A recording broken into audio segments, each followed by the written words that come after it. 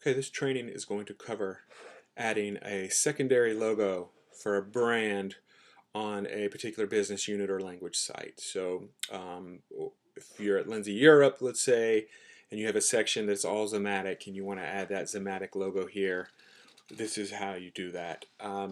Now, once you add it to a page, it's going to show up on all pages that fall underneath that in the menu. So, for example, I have this on the pivots page.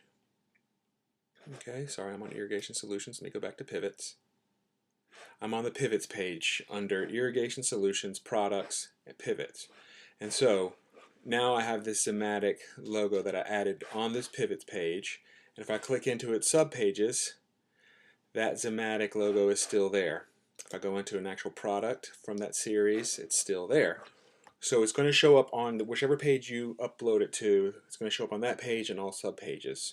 So if you only need it for one page, you just do it on that exact page that you need it. But if you need it for like a product category or product series, you would do it at that parent page in your navigation. Now if you notice, if I go back to products, it's not there anymore.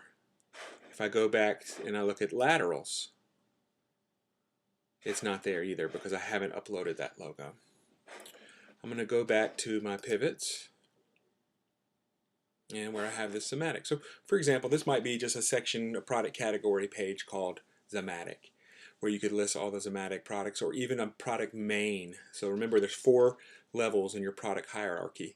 There's a product main / brand, which is the top, then categories, then product series, then individual products. And you can assign individual products under the product's main / brand. You can assign them to categories. You can assign them to series. You can use this hierarchy however you need to. Alright, so I'm going to press escape to bring back my CMS edit controls. Remember, if you are logged into the CMS, you can hit escape and the controls will go away, and hit escape and they will come back. I'm going to go to this first content edit button, which is for the main pivots page. And under files, you'll see that there's a logo field, and that's where I uploaded that logo. Now, this logo, if you'll notice, it is white because you have this red background. All the different business units for like Lindsay Europe or language sites are going to have this red background. And so for this logo to show up and look good, you need to have a white logo with a transparent background. I believe there'll be probably a master list of these that will be sent out to the different companies, so you should have a full list of these that you need. Alright, so I'm going to go in and I want to add these to the Zimmatic logo to the laterals and all its subpages.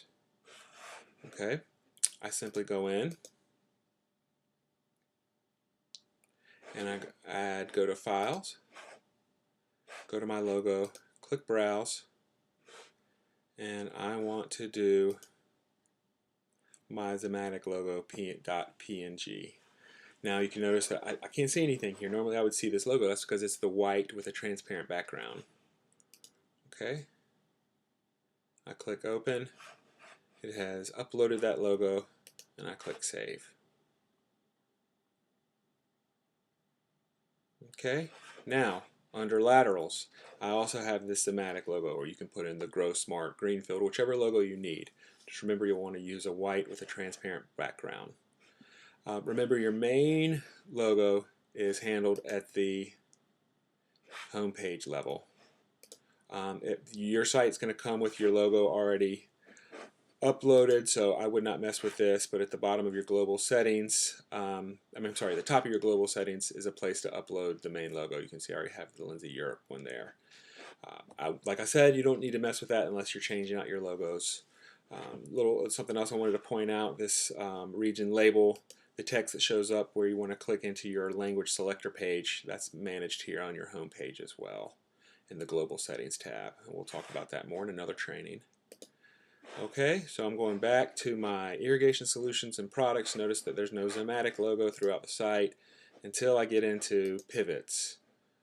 And once I'm in pivots, since I've added it to the pivots page, it's going to show up on that pivots page and all its subpages as well.